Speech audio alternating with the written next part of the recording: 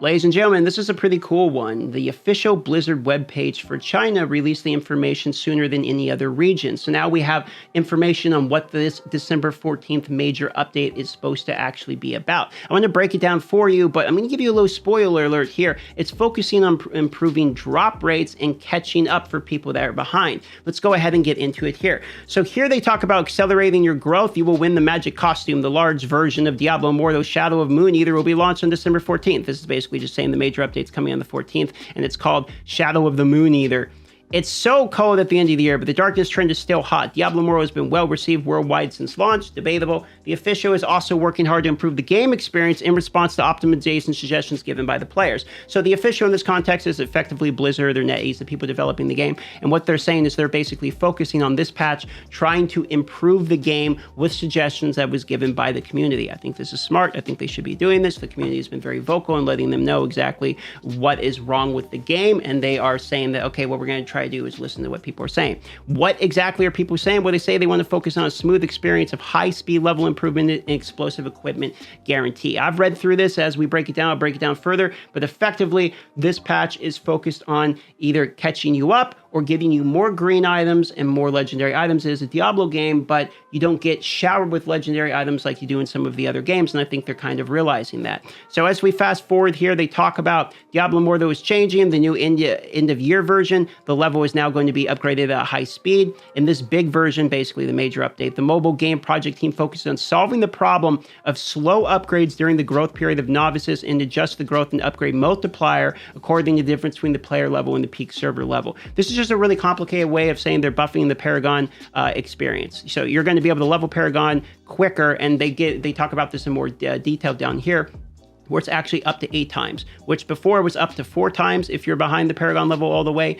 Now it's going to be up to 8 times. So they're effectively doubling the amount of experience you gain while behind. However, if you look at this here, when the player reaches 60, as long as the player is lower than the server level, not only will there be a high probability of getting the surprise drops of orange and green equipment, but also the experience. So if you're below server Paragon, now you're getting a buff that gives you a high probability of getting the surprise drop rates of orange and green equipment. This opens up one potential abusable strategy if this is in fact the way this works, because green items are not based upon Paragon level, only orange legendary items are. So if you're trying to farm green items, then you would want to be below the server Paragon so that you get a buff to green equipment drop rate. That would actually be objectively better. But if you're trying to farm the highest possible attributes from new legendary items, well, you would still want to be the highest possible Paragon that you can. Okay, so let's just keep that in mind. Let's continue going here. They talk about more in this, however.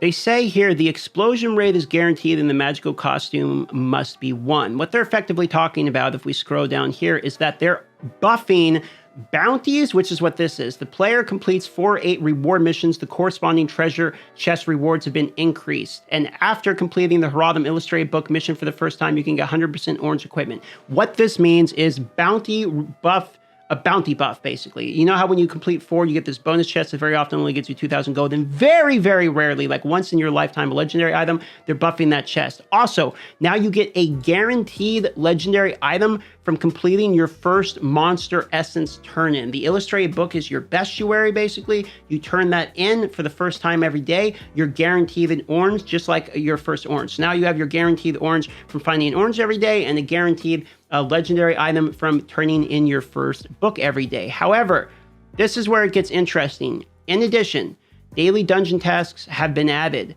Players only need to complete 3 dungeons a day to get a 100% randomized green equipment reward.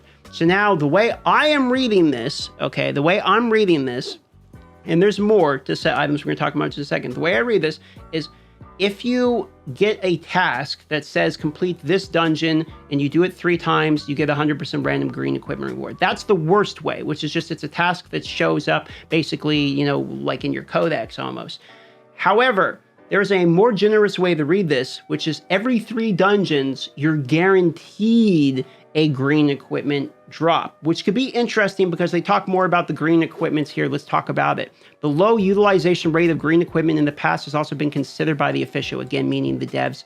Players can exchange excess green equipment for designated suits without wasting any resources. Never disappoint in effort. So basically they're saying when you get in green, it's not the one you want, it's a disappointment, and they don't want that to happen, and they don't want it to be just a wisp.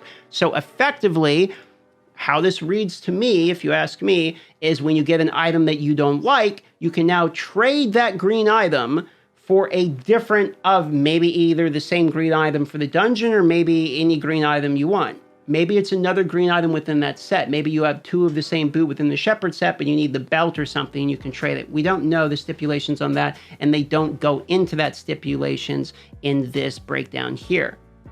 They continue. Diablo Immortal changed. On December 14th, the year-end big version, Shadow of the Moon Devourer. Oh, my lord, that one was hard for me. Why am I having trouble talking lately? Will be open for public beta. This version update brings players a sincere experience reform, hoping to bring you into a more refreshing Diablo world. Enjoy high-speed upgrades and a cool, explosive experience. So here's the highlights, okay? Just the TLDR highlights for you if you're trying to wrap your head around all of it. First Bestiary turn of the day is going to be a guaranteed orange legendary. First 3 dungeons of the day is going to guarantee you a green. If that green is not something that you're actually interested in, there is the potential for you to turn that into a green that you are actually interested in. And I'm not just talking about set crafting where you can turn in the wisps. It's a full refund of sorts for a different item is what they are saying here. The server Paragon is going to be buffed, meaning you are now getting double the experience buff that you were before for being lower than the server Paragon. If you're below the server Paragon, you get an increase in drop items. I'm assuming this is to help people that are getting stuck in lower difficulties, help increase.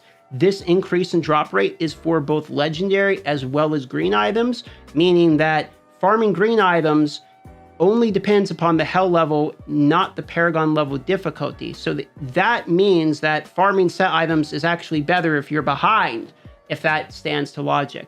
This whole update is pretty big W for me. We don't know what else is coming. Just this is a teaser for it. The reason it's a W is one of the biggest complaints I'm reading in comments and on Reddit and Discord is people are saying that you don't get enough legendary drops. The people are always saying, did they nerf the raids? I farmed all day and I only got 3 legendaries. That's a problem. The other problem is as there's more essences that are continually coming out, it gets harder to get the new legendary items. So it gets harder and harder and harder and harder and harder continually because now when you get a new legendary, instead of it being 1 out of 6, it's like 1 out of 9 or something for the legendary to get that exact essence you need.